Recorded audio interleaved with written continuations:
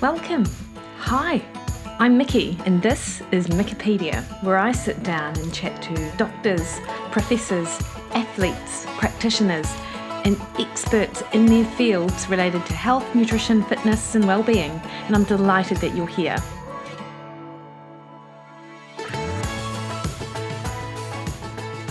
Hey everyone, it's Mikki here. You're listening to Mikkipedia, and this week on the podcast I speak to my good friend Anastasia Boulais about stepping on stage in her first bodybuilding competition. Rather than getting an experienced competitor's perspective on the training, the diet, and the preparation for peak week, we do a deep dive into these elements from a novice perspective, which just will throw up so many different things that you would not get from someone who has been in the sport for several years and is like super experienced. Anastasia and I discuss the motivation behind doing a show, what keeps her head in the game and when motivation dips, what it feels like to really go to the well when deep in a calorie deficit, and some of the behind the scenes information for what it is like to be on stage, judged solely on what you look like and how you show up. So this is a conversation about bodybuilding and the sport, but more than that, it's about training, diet, and mindset. So it isn't just for those interested in physique sport. It really is interested for anyone who wants to know what it takes to get into the type of shape that you have to get into to sort of get on stage. And naturally, much more sustainable diet techniques come from the realm of bodybuilding. They're just sort of dialed down, if you like, for the general population. So this will just give you a glimpse as to what it takes to get on stage, but you will still find some practical sort of tips in here as well for anyone who is interested in building a better body. Anastasia, in fact, is on stage this weekend, if you're listening to this when it comes out on Wednesday, at World in Seattle. And I have a link as to how you can follow her over on Instagram at arcticfox.nz and show your support. That would be amazing. And all things considered, she's done exceptionally well in her Australian competition, coming third in Masters against a very stacked field of experienced competitors. So I cannot wait to see how she goes this weekend. Before we crack on into the interview, I would just like to remind you the best way to support the podcast is to hit the subscribe button on your favourite podcast listening platform. That increases the visibility of the podcast out there and amongst literally thousands of other podcasts, so more people get the opportunity to learn from the guests that I have on the show. For now though, please enjoy the conversation that I have with Anastasia Boulais. Anastasia, so good to chat to you this afternoon. I'm really excited to have this as an opportunity for people to hear your journey, such an overused term, but you know, the path of you sort of into physique sport. Like, I've chatted to our mutual friend Eric before, and we've chatted much more on the sort of science and his experience, which is super interesting. But I feel like what you've got to share is going to be really interesting for people because you're a newbie. I am. I'm a total rookie and a newbie, and it's a nice place to be. I really like being a newbie in a new sport. Yeah. A new endeavor. Because, I mean, so can you just start by sharing, well, first, what inspired you to take up bodybuilding? Is bodybuilding what you call it? I often say it's physique sport, and I just don't know. What do you call it? Bodybuilding is fine. I think when I say to other people, it's probably a little bit more familiar. When you say physique sport, people go, what? What does that mean? Yeah, listen, I probably will take it back a little 20 years ago. When I was in my 20s, I self-identified as a fat chick. So I taught fitness classes. I was a fitness instructor, group fitness, and I was active, I was fit. I basically put myself through university and med school doing fitness. And things changed somewhat in my 30s. So I moved to New Zealand. My focus shifted to more sort of outdoor pursuits, started doing mountain biking, did a bit of martial arts, a lot more sort of road biking, and left the commercial gym and worked out mostly out of the home garage and with a focus on more sort of on strength and conditioning for the outdoor pursuits that I was doing. And no kind of very structured program at the time, but really focusing on squats, deadlifts, presses, a bit of accessory work. And as it happens, you kind of just start sliding a bit, and I was kind of probably doing less and less, and, different focus as it is. Things change in life. And probably at that time was maybe training 2 to 3 times a week. But again, different focus. And then as I was going sort of through my 30s, I started to become increasingly dissatisfied with my body composition. Again, going back to that self-identity as a fit woman, I just felt like, oh, things are changing a little bit, and I'm doing all of this riding, and I'm doing this thing that is supposed to be really good for me, which is strength training. And I just felt like my body composition wasn't reflecting that.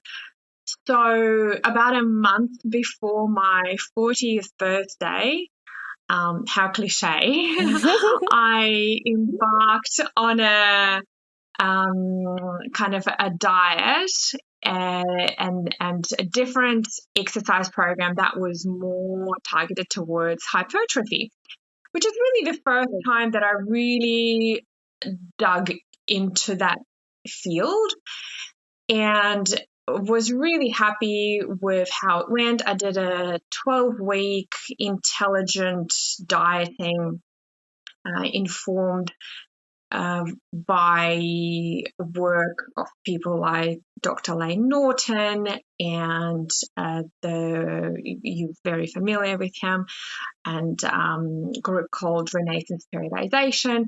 So I kind of went through that process of dieting and training differently, training more frequently, and was really, really happy with it. Increased body satisfaction. I lost 7 kilos in 12 weeks. And interestingly found that when I lost weight, I didn't carry as much muscle as I thought I did. So I was like, oh, okay, I actually probably want a little bit more. So I kind of got into the muscle, gradually immersed myself into sort of a pursuit of muscle at that point, and continued to educate myself more on how to build muscle, and probably not doing 3 sets of 5 of squats twice a week. Great place to start, but probably not something that that was maximizing my potential. And at the same time, I think simultaneously, I felt like I needed a challenge from a point of view of my personal development. And that probably stemmed from the fact that I felt like I was getting a little bit too comfortable. Yeah. I was getting a little bit soft mentally, and I needed something to really push myself and challenge myself. And people always talked about competing in bodybuilding as something that is really, really hard. That is, the hardest thing that they've ever done. Is really going to challenge you mentally. You're going through a controlled starvation experiment. And it attracted me to it.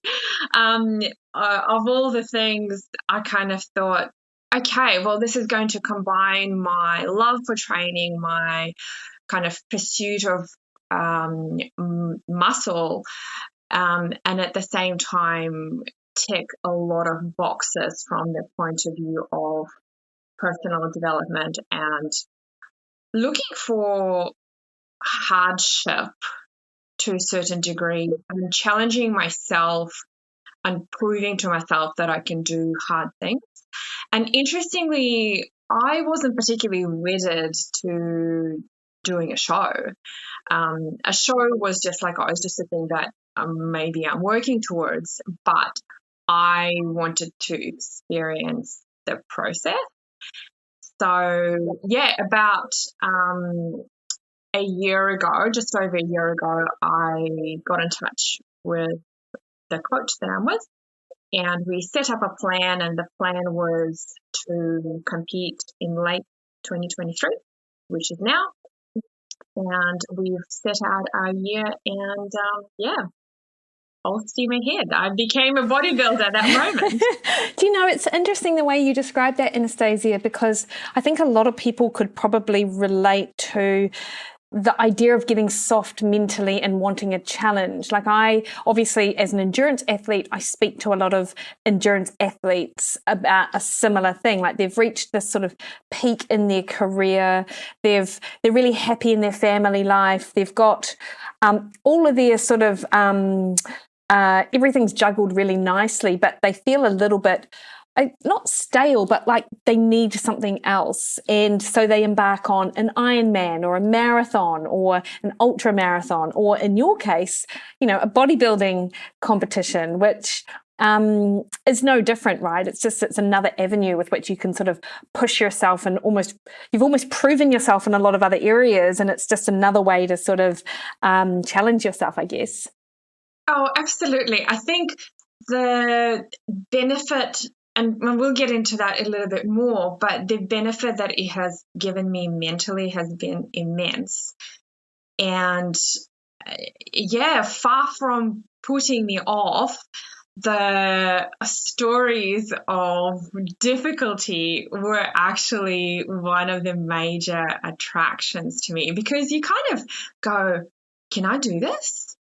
They're saying it's really, really hard. Is that something that I can do? Can I do hard things? And I think when you prove to yourself that you can do hard things, you can take that confidence and that self-efficacy to other areas of your life. So I think that's probably what has happened over the last year. Yeah, and I will have to say, knowing your background, that's almost how you've lived your life for the last 20 years. Like, you've done hard things to get you to this next sort of phase of your life, with regards to you putting yourself through university and med school, and then as a registrar, and then moving to New Zealand. Like, you've sort of done all of these sort of leaps and bounds, and it's all seemed for other people, I think, like almost insurmountable, but I think you've just got a bit of that mental edge, actually, which I don't think that other people can't have or don't have, but I think you more easily tap into it than a lot of people that I know. Maybe. I think this is where I was mentally when I started this. I felt like I've lost that. I felt like I didn't have a goal, and I am really attracted to the pursuit of a goal for the kind of a self-improvement, really trying to challenge myself and trying to reach some sort of potential. Never satisfied, never happy, but having fun trying. So I think in terms of challenging, one of the first things you did, like, people often sort of think about bodybuilding as leaning out and cutting. But of course, one of the first things you did was bulk up and went on a deliberate sort of calorie surplus, building muscle, gaining weight, which I feel like a lot of women particularly would find really challenging, actually. How did you find that, Anastasia? Like, did you go in with your coach saying, this is what I want to do? Was it on his advice? Can we just talk a little bit about that phase? Funny because that's the bodybuilding portion of the building portion of the bodybuilding that I think people miss out on. Yes. As I said, when I first completed my diet, my 40-year-old woman, I want to feel better about myself diet. And when I got to the stage where I was like, oh yeah, this is better. I'm better I'm closer to my self-identity as a fit woman. I was quite disappointed that I didn't carry as much muscle as I thought I would. So I already knew that I needed to go on a muscle building journey. And I did it by myself for about a year. And trying to kind of find the way to do it, finding avenues and education and, watching videos and podcasts about how to best do it. But I think ultimately I found myself struggling a little bit doing it by myself, because you are doing something that most of us would think is the opposite of what we should be doing. You're trying to eat more and you're actually trying to gain scale weight. So actually at the point that I reached out to Sam, I was on a 2 or 3 months bulk. And I remember talking to a friend about it, going, I feel like I want to quit right now. And I need somebody to hold my hand and tell me, no, you're on the right track, keep going. So that was actually the moment when I contacted my coach and kind of described to him what I've been doing. And he was like, yep, let's continue on with mass gain. I think bulking has a bit of a different connotation to me and to other people. It just feels like, oh my God, I get to eat whatever I want. Whereas the intelligent mass gain that you are trying to adhere to is very much a disciplined and very structured process. So we worked out a plan. You need to be obviously training a lot because you want to provide the stimulus to the muscle. So we went through our kind of a training plan, a training program, and implemented changes to the diet, which allowed me to be in a surplus and continue to gain weight. And I would check in with my coach every week. I take photos every week. I would take my weight daily and I would adhere to the target that he set out. And we carried on for another 12 weeks. It was hard. There were so many things about it that were difficult. Number one, it's seeing the scale weight go up, but also sometimes seeing it not go up, which was really frustrating. You would think that it's really easy to gain weight. And it might be for some people, maybe it's just genetically me. I found I sit really, really closely to about sort of a 60 kilo mark. And I have for many, many years. And for me to go both up and down is actually quite difficult to get myself off that settling point. So what I would find is that I would eat in surplus every day, adhering to those specific targets. And there would be one day that week where I'd be at work and I would skip a meal and I would just like, oh, I'm too full, I can't eat it at night. And I'd have no progress that week. And it also made me realize that, people say, oh, I'll just overeat this one day. Oh my God, everything is lost. It is actually really difficult to consistently put on weight when you're eating healthy food. So it took me 3 months to put on 4 kilos. And that was a pretty good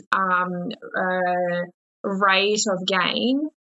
So I went from 60 kilos to 64. And interestingly enough, at the end, like I reached the 64 kilos, and then we kind of buttoned off a little bit into maintenance, and my weight just immediately went down because my body obviously wasn't used to being at that higher weight point. But yeah, listen, you kind of just need to know why you're doing it. I can understand why it's difficult, but I would remind myself that this is necessary for me to gain muscle. This is necessary for the goal at hand. And having a coach was the best thing at that point because I didn't have to second guess myself. I didn't have to second guess the calories or the training program. My job was to execute. His job was to do the thinking. And I think that's also really important, even for somebody who's quite well educated and trained for a very long time. Like I knew, everything that we were doing. I could definitely do that, develop that plan myself and follow it myself. Although the following part probably would have been difficult at some point. But having a person that I was accountable to made a big difference. And once we reached the point that we were quite happy with, we did a little mini cut to reduce kind of the fat accumulation that inevitably comes with the muscle. And to clean that up a little bit over a period of 8 weeks, and then just went into maintenance until it was time to cut for the show. Yeah. And it's, I mean, first, I so appreciate what you're saying about the coach, like, because you then can almost take the emotion away from it in the decision making every day, and it actually frees up a lot of that mental space for you just to do, as you say, just to execute the plan that you've got in place. With your surplus, like, I think it would be helpful if you're able to sort of share potentially the numbers associated, just in terms of, how many more calories did you have to eat in the surplus to actually gain 200, on average of like a kilo a month, because I think some people think surplus and they're like, I will just eat all of the things because I'm trying to gain. But you mentioned the intelligent sort of training method, and I actually was wondering if that is in fact a method, or you're just saying it's just an intelligent way to do things. So can you share some of the details, Anastasia? Yeah, my maintenance, I guess it's hard with maintenance because it's never just the one number. It's a bit of a range, isn't it? And my maintenance is probably around 2,000 with my kind of average activity level. I'm a fairly small person. I'm 5'4", 163 centimeters, and I have a quite a small build. And yeah, at the time my maintenance was probably around 2,000, and when we started, I can't remember exactly. I think we kind of started on 2,000 and then got bumped up to like 2,200, and then maybe like another 100 calories a few weeks later, and then another 100 calories. So very slow kind of increases in the surplus. And I think I topped out in my build at about 2,500 calories per day. And it sounds marvelous, but I found it really difficult. I actually don't have a big appetite. And I've discussed it many times, I'm not a volume eater. I don't like big meals. I prefer sort of small snacks. And I just don't like a sensation of a big meal. And yeah, it was really tough. And I had to, it's all fun and games to do this for a couple of days when you're, on your weekend and you're having a lovely, big dinner with your family. But when you have to do this day after day after day after day, you get to the point where you're just like, I just don't want to eat. I don't want food. And it becomes a little bit harder. So you start implementing some tricks in order to kind of almost force yourself to keep eating a lot more liquid calories than I would normally have. I would have a sort of intra-workout carbs, which I normally wouldn't have for a training session. So yeah, there was a few things that I had to kind of work through and work around.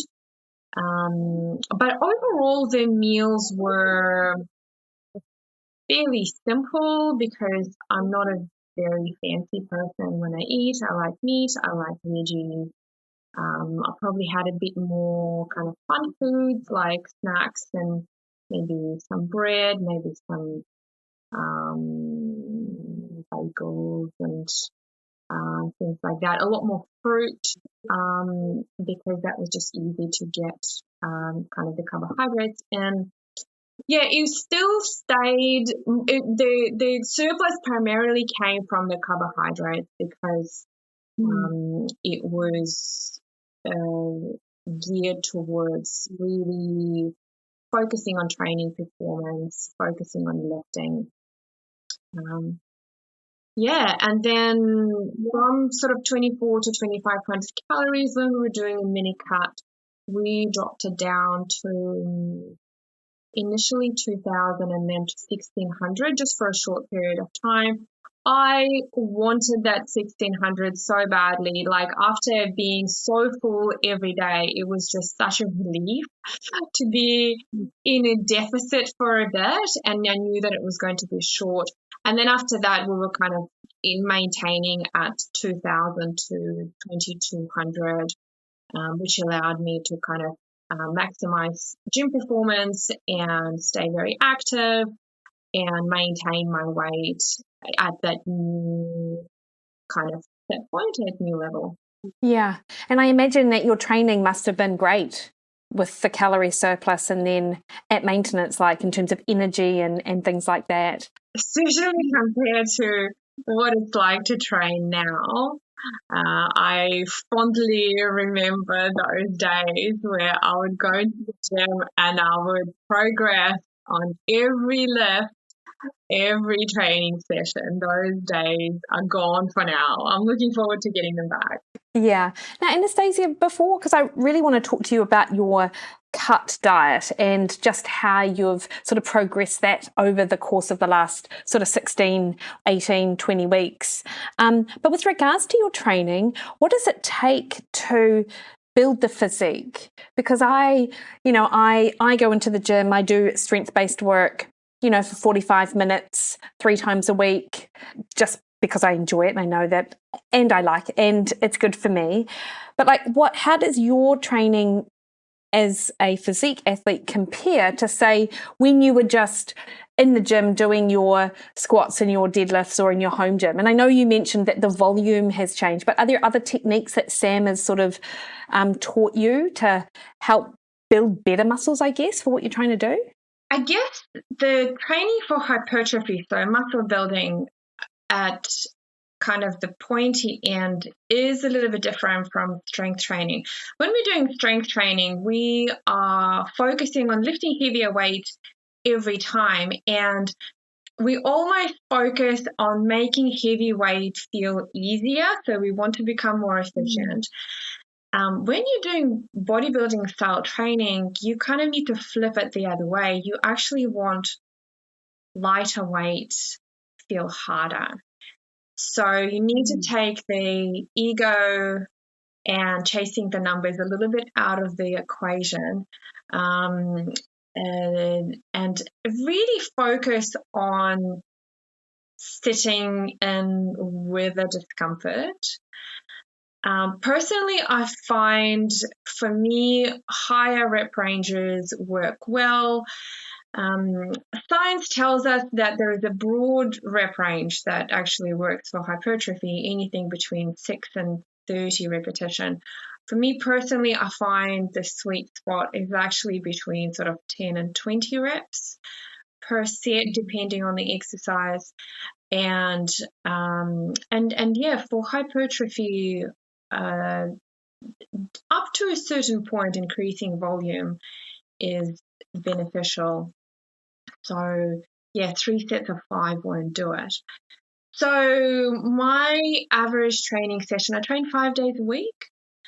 This has not changed. It doesn't change whether I am bulking or maintaining or cutting. The training basically remains very, very similar. I do upper, lower, upper, lower, upper split. So I'm more focused on the upper body because I need it to build more upper body. I do 5 to 6 exercises per session, and they would be sort of 3 to 4 sets of 10 to 20. The variety is probably not where people would expect. Once we find the exercises that work really well for me, we kind of just stick to it. The program hasn't changed all that much in a year, to be honest with you. We've played around with some exercises that we had to take some out for kind of injury risk, or the particular ones that didn't really work that well for me or made me too fatigued. And there were particular ones that we found that worked really, really well. So we kind of really stuck to the same program, and I think that's one of the major mistakes that people make. I find that when the new exercise is introduced, it takes me 4 to 6 weeks to really get the groove in it. I remember when I first started doing hack squats. I've never done a hack squat in my entire life. And I was just like, oh, this feels so awkward, and my knees don't like this, and what do I do with my back? And this feels like weird on the shoulders. But it takes a few weeks to really get into the groove, and then you can go, okay, no, completely doesn't work for me. Or sort of 4 weeks down the track, you go, oh, actually, yep, perfect. That feels great. And then you can start building on it and start kind of slowly, gradually increasing your reps or increasing your weight, or somehow getting the progressive overload, which is the stimulus for muscle building. Yeah, when you say it totally does, and I'm thinking about you talking about how a weight doesn't work for you, and are you thinking about being able to feel it the way that you should feel it, like in the places that you should, or just that doesn't feel right? Yeah, it's probably all of those. There are some exercises that you just connect with better. They feel nicer on your joints. I think when you are my age, you kind of start becoming quite conscious of how this exercise feels on the joints. I'm carrying a few injuries. My left shoulder is pretty stuffed. My back is always, trying to go on the knees are not the knees of 22-year-old Anastasia. So all of those things you've got to take into consideration. And I do think that bodybuilding allows you to do that, because there isn't a must-do exercise. Any exercise can give you kind of the stimulus for muscle building, as long as you're doing it right. You've got good technique. It's kind of programmed intelligently. So I think bodybuilding training has actually breathed a bit of new life into my training, and made me really excited about training again, because I didn't have to feel frustrated because I couldn't do back squats, and you have to do back squats otherwise, or you have to do deadlifts, right? Like, are you even a lifter if you don't deadlift? If you don't hit the particular number on your deadlift? So the fact that I could step away from exercises that didn't feel good and still make really good progress was awesome. I think that that's such a good point, because often that's the messages that we hear are things like, are you really strong and functional if you can't do a deadlift properly, or if you're not back squatting, or what about that bench press? Whereas they're not necessarily, in some instances, they do carry like significant injury risk if you're not able to perform them properly or with the weight that you sort of feel like you should. So we're often told the message that, these are the things that you need to be doing. Like, even though you're talking about it from a bodybuilding perspective, I'm interested to hear your perspective just in general health, because you're really knowledgeable in this anyway. Like, would you say that's true of anyone who's in a gym just wanting to build muscle, that they can just find the type, as long as they're working the muscle in a certain way, they don't necessarily have to go and do a deadlift or do a hack squat or whatever? I don't want to scare anybody off deadlift or squat. No, I say that because that's me though as well. That's why I sort of hook into that. No, they're wonderful exercises. There are so many fantastic exercises, and deadlifts are great, and they can be very functional and replicate some of the things that we do on a daily basis. But they're also not for everyone, and I don't think people should feel guilty or should feel like they're failing, or they should feel ashamed or weak because they can't do this particular exercise that this particular influencer says is the must do. The only must do is moving your body, right? And, what is your goal here? If your goal is a powerlifting competition, well, guess what? You're going to have to do a deadlift because that's part of your comp. If your goal is muscle building, well, you probably don't need to do a deadlift, but you're going to do some sort of a hinge movement that will help you develop those areas of your back. If your goal is general health, you have even more choices. You might not want to do any, barbell exercise at all. You might want to just go swim or do yoga, or you might want to, lift kettlebells. So I think there is more choices than people realize. And if you feel that you have to do something because an influencer said so, or the trainer said so, but you hate it, that's not going to work. I think the most important thing for general health, and this is me more speaking as a doctor, I would much rather people did something that they enjoy, that they can do consistently. And if doing CrossFit ticks all the boxes for you, amazing, congratulations. If you hate the idea of weights and you would much rather do something like Pilates or yoga, then that's also better than just sitting on the couch, right? So, that's kind of my maybe not so popular opinion nowadays. I do believe in strength training. I do think that it would be amazing if we could get everybody to strength train, but let's not put the barriers up so high. Let's introduce people to activities that they're going to love and enjoy. And then maybe there will be an opening somewhere there and they will, pick up something in addition to that. But let's lower the barriers and expectations so that we can become more inclusive. Yeah, nice. I really like that. It's interesting that you don't necessarily want to change up your program too much, or you haven't had a lot of variety in your program. I think a lot of people would find that quite tough, just mentally, like having to go in and do the same thing, sort of day in, day out, week in, week out, month in, month out.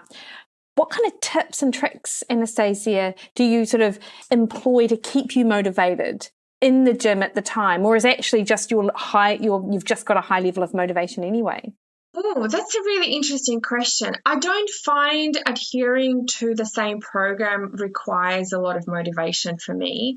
The motivation frequently comes from increasing your weight or increasing your reps. So, yeah, if you're going in and you are doing 3 sets of bicep curls with 5 kg week after week after week after week, that's going to become really boring. The motivation comes actually from going, okay, today I'm going to add a repetition and I'm going to go, I did 12 reps last time, I'm going to do 13 today. And I'm going to write it in my logbook and I go, yay me. And I'm going to add another rep the following week. And then, hey, I'm doing 15 reps now with a 5 kg. What if I just jump up to 6 kg? So I thrive on that. I really thrive on that constant progress. And you can't have weekly progress, but you're working towards it. And I think that's why it's quite important to have some sort of a record or some sort of a logbook that you can refer to, because it's a little bit like progress photos, isn't it? You don't notice the changes week by week by week. But if you actually look back and go, oh, wow, I'm actually a lot stronger, or, I have changed a lot in the last few months. So from that point of view, I think motivation is, you got to find it in the improvement, and loving improvement, loving progress is such a great skill, and it's just kind of feeds on its own, doesn't it? It just provides the motivation. It's like a snowball effect. The more you progress, the more motivated you feel, and the more motivated you feel, the more you want to progress. So from that point of view, I don't find the training difficult.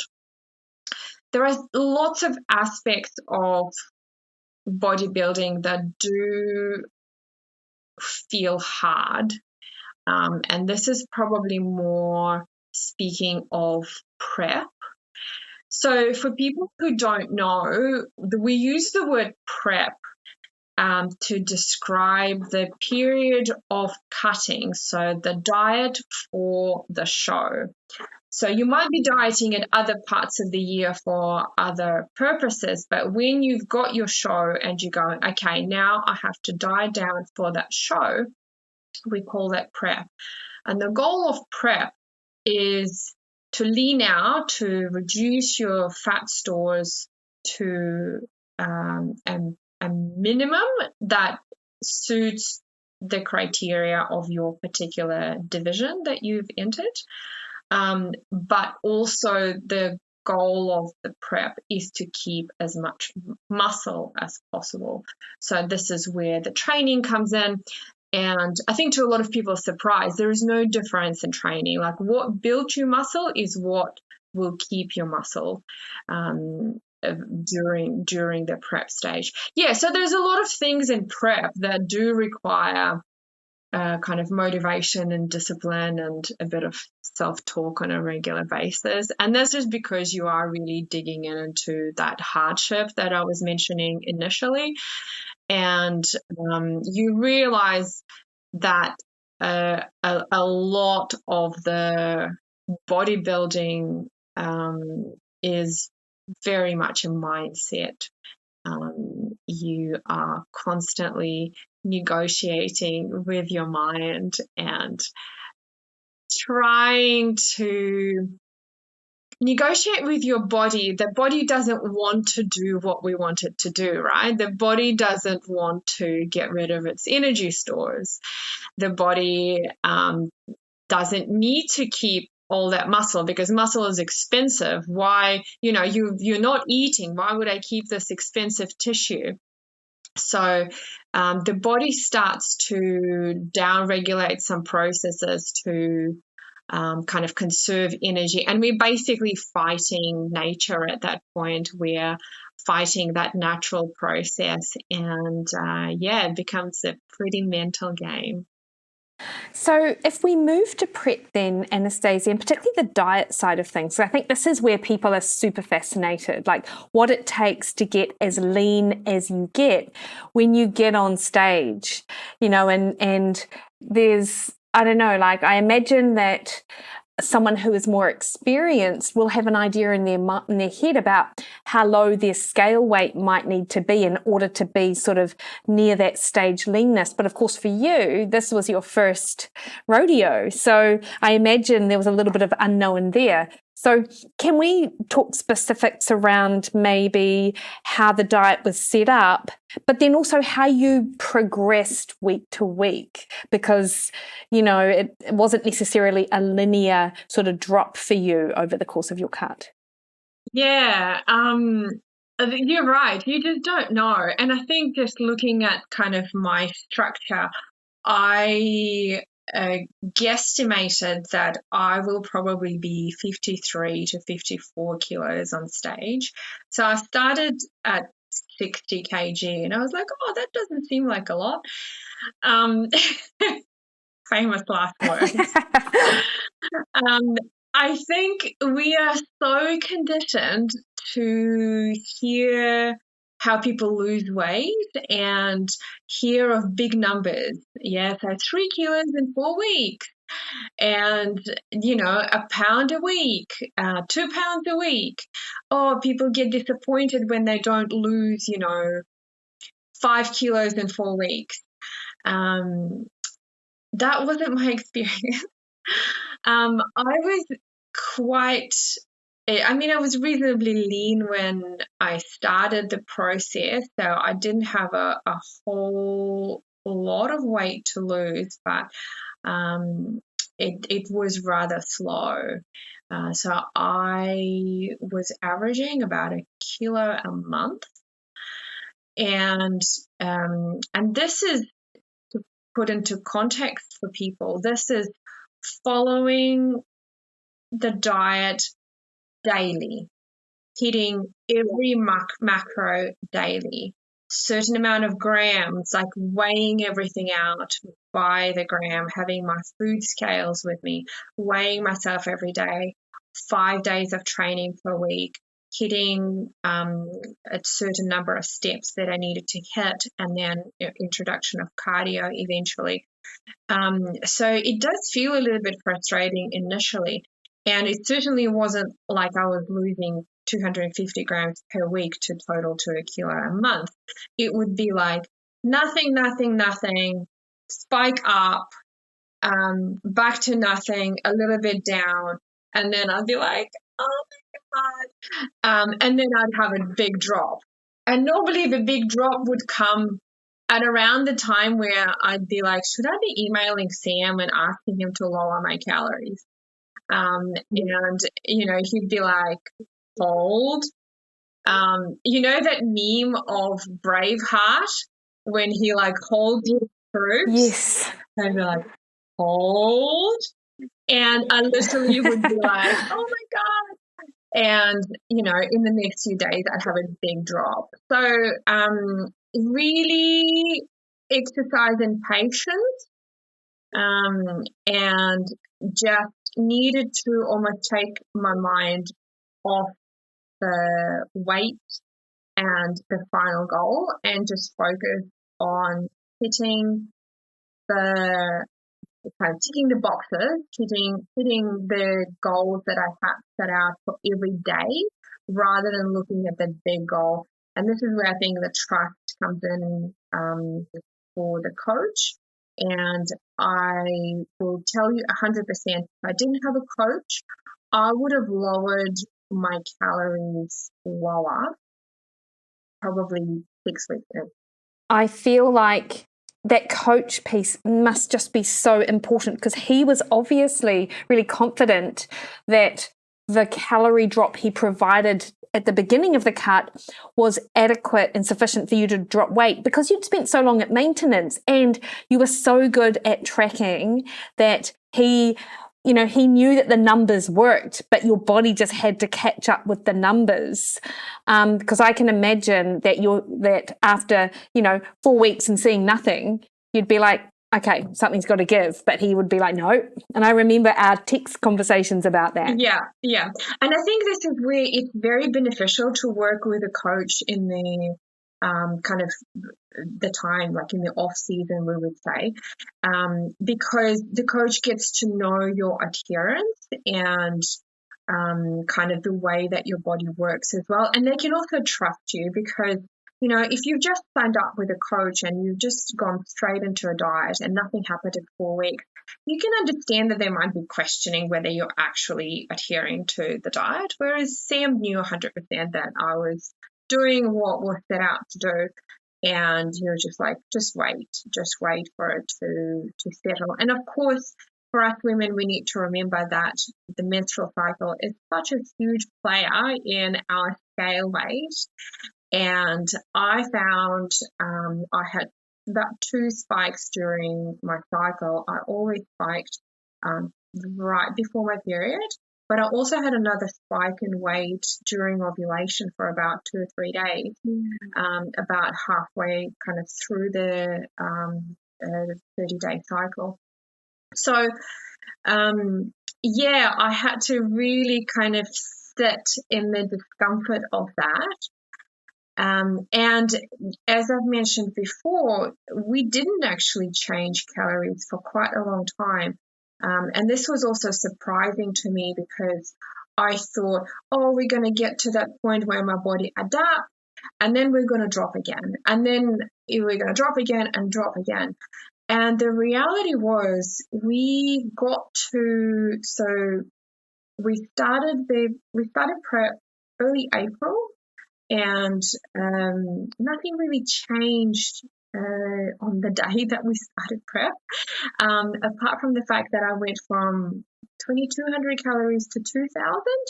So we dropped like 200 calories, and I just kind of made some changes to what I was eating. And then about 4 weeks later, we dropped to 1,600, 1,650. And we just stayed there for May, June, July, August, so for 4 months.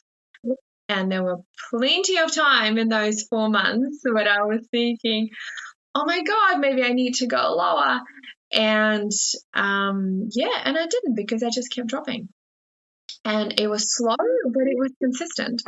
And you were taking progress shots every week. So despite the fact you weren't seeing anything on the scales, could you look back and see your physical progress? Again, week by week, it was hard. But then I would look back 4 weeks ago and it was a huge difference. And it would be... it's a little bit difficult because you get what they refer to as prep goggles, because you just see yourself every day and you kind of just get desensitized what you look like, and you don't feel like anything is happening. And like everybody gets it. You get up in the morning and you're having a fat day. I mean, obviously I'm not having fat day, but you just feel a little bit more bloated, a little bit slower, a little bit of fluid, your ankles are a little bit puffy, and you just feel like, oh my God, I'm having one of those days. And they do happen in prep. It doesn't matter how lean you are, you still get those days. But looking back, I'd almost have like a bit of a moment, and I think I've texted you at one point where I walked past my bathroom mirror and I just went like, and I had to take a picture then and there, because I was like, when did this happen? And my girlfriend Jackie's like, it's been like that for the last 4 weeks. I'm like, I didn't notice, because you just get used to yourself. So yeah, progress pictures were great to kind of look back, and I can definitely see sort of every 4 weeks there would be like a noticeable big difference to when I kind of got to mid-August, and I was like, I think I might actually get there. I might actually look the part. Because for a long time, you don't feel like you're going to look the part because you feel like, oh my goodness, 8 weeks to stage doesn't sound like there's a lot of time, and I'm going to be coming out and showing my muscles, and my muscles are still very much hidden. And your calories, like, they dropped, but what was your final sort of 6 weeks like? So you went to 1650, and then there was a final sort of drop in calories to sort of get you to that peak week. Is that right? Have I got that right? Yeah. So we, about 5 or 6 weeks out, it was time for the final dig. And this is where you're kind of already quite lean. So your body is really fighting against you for those final few kind of kilos. And we went down to 1,300 calories, something like that. And this was comprised of 140 grams of protein, 100 grams of carbs, and 40 of fat. And that was, that was a drop. That was hard. And that did start to feel quite, I felt like I was in prep at that point. And that got me to peak week. So I think, Anastasia, people get it in their head that the sport of bodybuilding sort of lends itself to a bit of a food obsession, a sort of an obsessive mentality around training and food in a negative way. Because, of course, the whole sport itself is designed around executing a diet that gets you into this like perfect shape, and of course to execute the training as well. But there's always a bit of a negative spin attached to it. Whereas I feel like for you in your process, it was much more clinical, or the way you sort of approach your diet was not the obsessive way with which people always hear about. Can you just chat a little bit about your mentality around the food and how you approached it? I think any sport can lend itself to some destructive tendencies, and high-level sport in general probably attract type A personalities that are very much into exercising control over their body, over their day. And to comment a little bit on what kind of, I think, the general perception is, I'm not surprised that every bodybuilder seems obsessive to people. But I think the standards of what people find obsessive are quite low. So, people get a little bit judgmental of the fact that, for example, bodybuilders have to weigh their food. And I always look at it this way.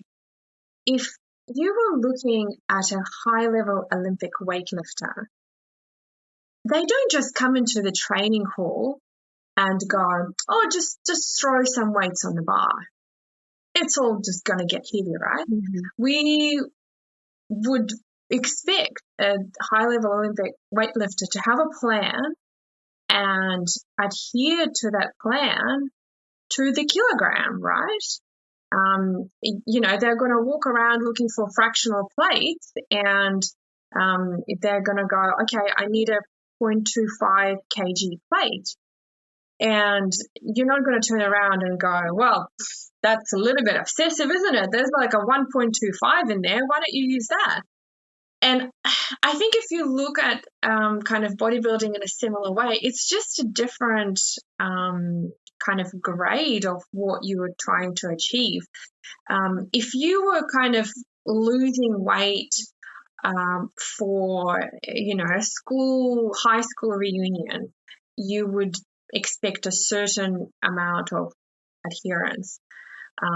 If you were losing weight for your wedding, you probably expect a slightly higher level of adherence. If you were losing weight, for a bodybuilding competition, the adherence is just high because the stakes are higher, and it is a lot harder when it comes to the level of leanness that is required for the stage. So there's just a kind of a word on this. Again, think of any other sport. If you're a high level runner, you know that you're going to have your program set out. You know what pace you need to do on any particular day. You know how much you expected to run. And it may seem obsessive and, oh my goodness, she's up and running at 5 a.m. Well, guess what? That's what she has to do to achieve the goals that are set out in the sport. And I think it would help people understand bodybuilding a little bit better if they kind of thought of it through any other sport lens. That said, I do believe that bodybuilding does attract people who potentially come into the sport with a history of eating disorders and poor relationship with food. And it's unfortunate, and I think it can help some people, but depending on the practices that they're engaging with, whether they have an educated coach, they may get into a bit of trouble.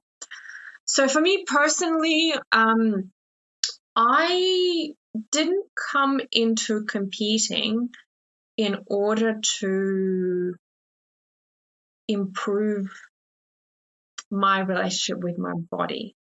I think when it gets tied in with your self-body image, it can become a little bit tricky. I don't think you should enter a bodybuilding competition going, oh, this will provide me the motivation to lose weight.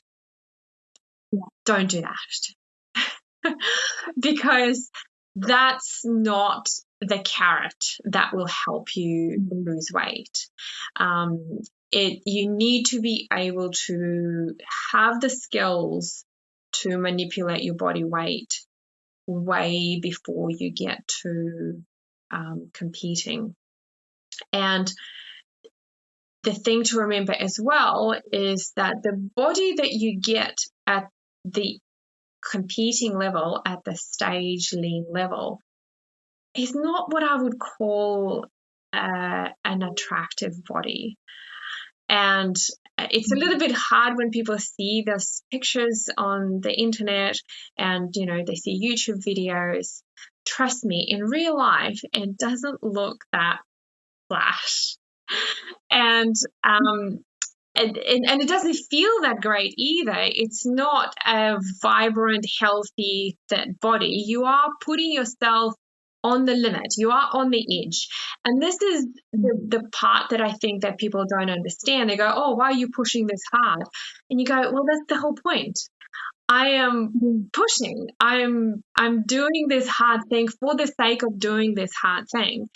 And, people would say, oh, this doesn't even look attractive.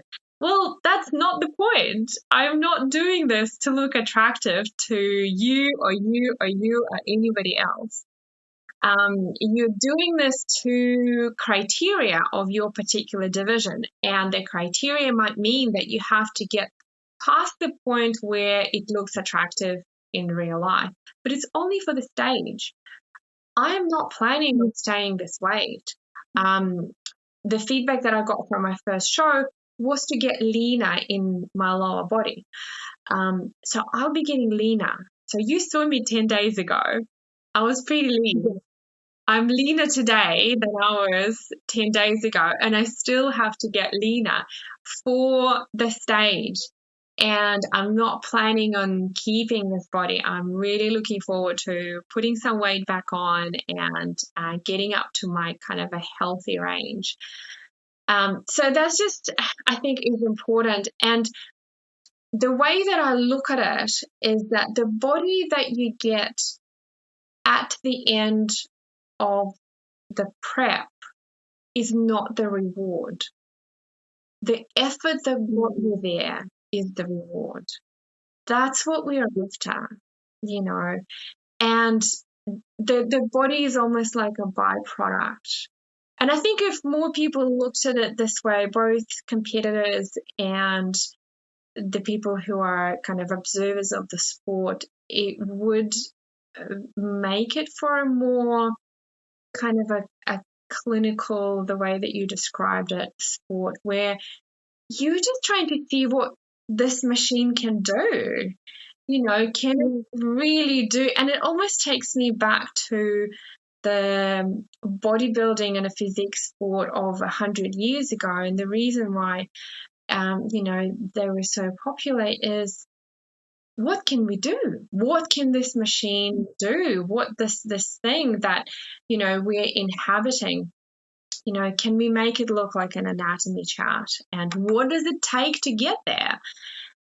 So that's kind of my personal approach to it. So that pretty much guides how I look at food, how I look at training, how I look at my kind of mindset. Much has been made of how hangry you get in prep and how much of a sufferfest it is and how you're grumpy and all of that. I don't feel like I'm any of those things because I think I'm really privileged in doing this. This is kind of fun. I mean, it does feel hard on a daily basis, but I do remind myself that I choose to do this. I can eat at any moment, right? I can choose to give this up and, go drown my sorrows in a, bucket of ice cream. But I choose not to because the process is more important to me. So I think that's probably the thing that guides a lot of my decision, and which is why it probably felt, I don't want to say easy because that's probably insulting to a lot of kind of people who are finding it hard. It isn't easy, but it's still a fun process. Yeah.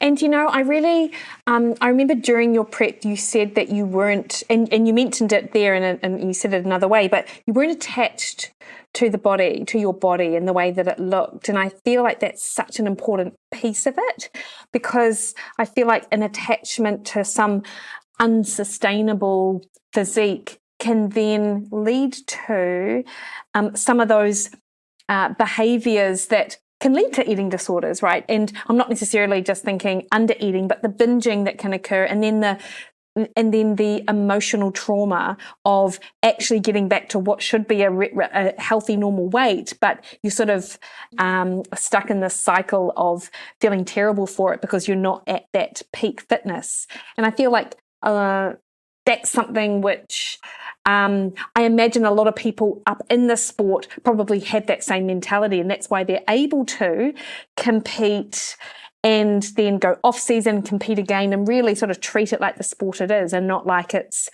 this 18-week, I don't know, plan to get your beach bod or something. It's not a kind of a get sexy scheme.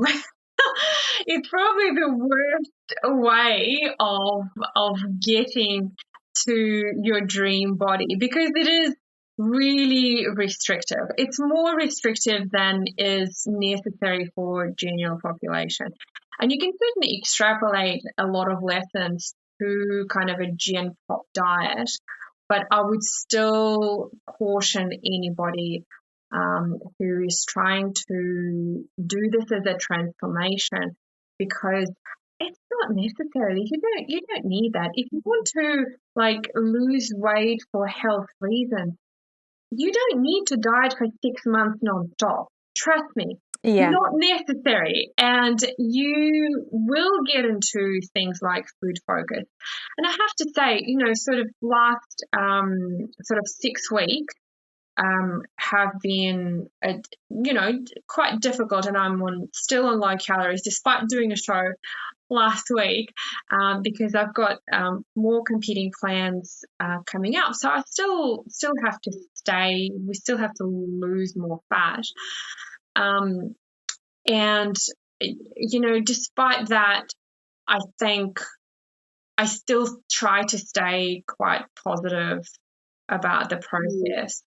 But if this was a Gen Pop kind of a patient of mine or client of yours, I would have told them to go into maintenance 4 months ago, because there's no need to kind of be quite as restrictive if what you're looking for is health.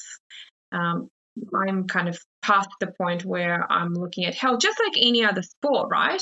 You start running for health, but once you get to a certain level in the running sport, the health probably does take a step back a little bit because you are pursuing now a sport goal. Yeah, totally. And I know I'm looking at our time, and I know we've only got a few minutes left, but what I would love to just really briefly chat about is a bit of a story, sort of like when you had more carbs and you added in, I don't know, I think more rice cakes and more oats or something. And I'm like, why are you not having something like really delicious? And you had a good reason for not necessarily introducing some super tasty food. And I feel like just sharing a little bit of your approach there, Anastasia, could be super helpful for people who are interested in competing and how they might approach their food. Yeah, I think it's actually one of those things that can be taken to a general population diet. I am a big fan of flexible dieting approach. As you know, I think people should be educated on macros, macronutrients, should be educated on calories, and kind of learn how to negotiate kind of their diet. But on the other hand, I think you've got to be really careful with too much flexibility. And the way that I always put it is make your diet plain, because you will enjoy it. When you're hungry, when you're truly hungry in a deficit, those rice cakes, Mikki, they taste delicious. Everything tastes delicious at the moment. So you don't actually need to kind of spike your dopamine quite as much. And you do need to be aware of the fact that you want to stay as satiated as possible. So the more fun things you introduce, sort of the harder it becomes, because you're probably not as satiated, and they probably don't last you quite as long. Potatoes are actually a fantastic diet food because they're not that high in calories. They're quite filling. They're very satiating. They have a really, really high satiety index. So I currently have potatoes in my diet, which only has currently 120 grams of carbohydrates per day, but I have potatoes every day because I just find them so satiating for my lunch meal. So when you're dieting, make it plain, because you're going to enjoy it, because you're going to be hungry. When you are doing a muscle gain diet, a bulking diet, this is where you actually have to spice it up a little bit, because those plain potatoes, you just don't want to eat them. You just can't even look at them. So you start introducing probably a little bit more fun foods, just because you need to keep the calories going. Yeah. And that's such a good point as well, because we, often we put food on that pedestal, of I've got a free meal, so I'm going to eat whatever I like, and we plan it, and it's, and you plan to be like, it's going to bring you all this joy.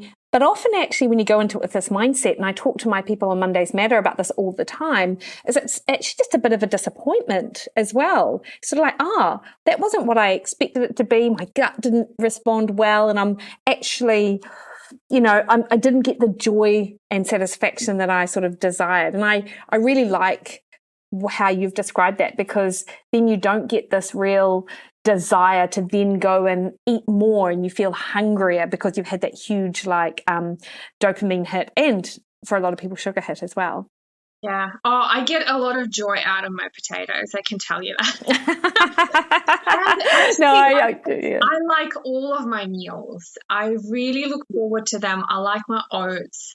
I like sort of my egg white pancakes. I don't recommend to anybody who's not really on a restrictive diet to have them because they don't taste that nice, but they taste amazing to me. So yeah, I think that's kind of important. The other thing that I would say is that a lot of people feel like thinking about food is a failure, and there is a little bit of shame associated with a degree of food focus. And I would just be straight with you guys that when you are dieting hard, you will be food focused. You will be a little bit obsessed with food. You would look at food and it will, ping that dopamine, and there is nothing wrong with that. This is just a natural response. You shouldn't really be feeling like that when you're in maintenance. In maintenance, you just have like a very kind of a benign relationship with food, isn't it? Where you just like, oh yeah, I'm hungry, I can have that. Oh, I'm not hungry, I'm not really interested. But when you're dieting, there's no shame in that. It is a very well described phenomena and was first described in Minnesota starvation experiments. And it doesn't make you a failure.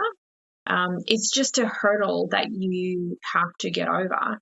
And it's just something that you kind of have to manage and live with. So for myself, I don't kind of look at any food porn. I try to stay away at anything that's going to really make me crave more. But you can't help it. Yeah, I'm like hungry 24/7. I want to eat 24/7, but it is what it is, and I've chosen to do this. It makes me think of my Russian grandmother used to follow Lent, which is a fairly long fast, Orthodox Christian fast in spring, and it's brutal.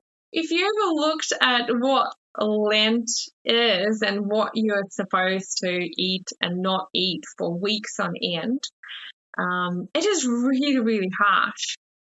And she did it every year. So I kind of feel that we've lost that relationship with our hunger. And I don't necessarily think it's a bad thing to be hungry from time to time. You shouldn't be hungry on a daily basis, especially if you've got performance goals and, you are an active athlete. I'm not advocating for that. But I also don't think we should be scared of it. And if your particular goal involves losing weight, there is no way to do it without feeling hungry. And we can minimize it, and you have, lots of amazing strategies to try to minimize it and manage it. But the reality is you will feel hungry and you will be a little bit food focused. And it's just part of the journey, and it will go away once you start eating at maintenance, and it certainly goes away when you're starting doing muscle gain. Oh, for sure. Now, Anastasia, we're coming up on time, but obviously you took out your divisions at the now quickly tell me was it the World Bodybuilding Natural Federation? What is that? WBNF? WNBF, World Natural Bodybuilding Federation.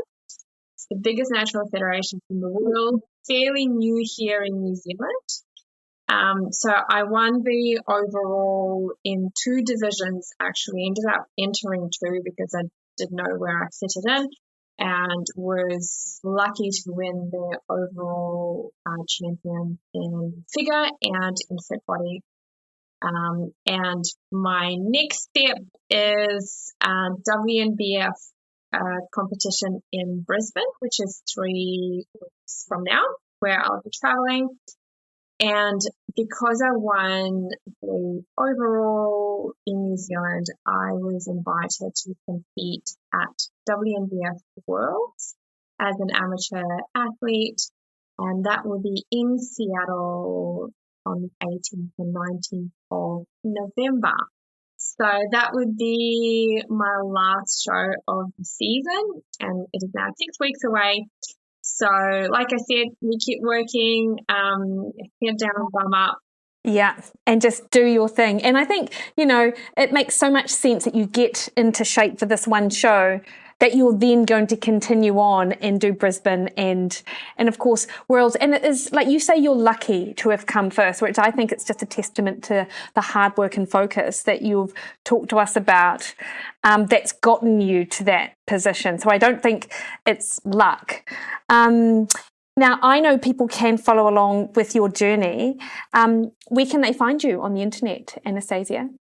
I have chosen to be fairly transparent and open about it, and you guys can follow me on Instagram, where I put most of my updates, and my username is arcticfox_NZ.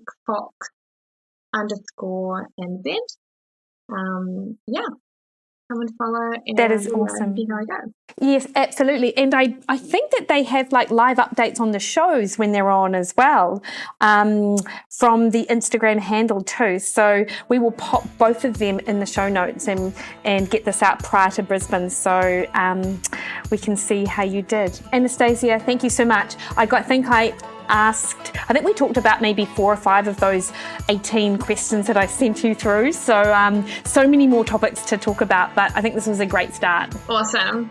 Thanks, Mikki.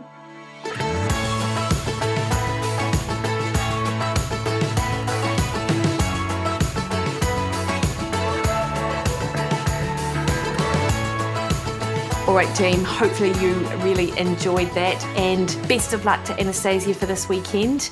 It will be the end of quite a long but very successful first season for her. Next week on the show, I sit down and chat to Dr. Grant Tinsley, who is also into strength and conditioning, being a friend of Eric Helms, but we in fact talk about intermittent fasting protocols and what we know about the science. So I think that anyone obviously interested in that space will want to be tuning into that. Until then though, you can catch me over on Instagram, Threads and Twitter at Mikki Williden, over on Facebook at Mikki Williden Nutrition, or head to my website mikkywilliden.com. Sign up to Mondays Matter. You have just a few more days, because if you're listening to this on Wednesday, Mondays Matter kicks off Monday the 20th of November. It is short, it is sharp, but it is everything that a Monday's program provides, giving you structure so you can have freedom over the Christmas period. So would love to see you there, and we'll obviously have links in the show notes as well. Until next week, guys, have a great week. See you later.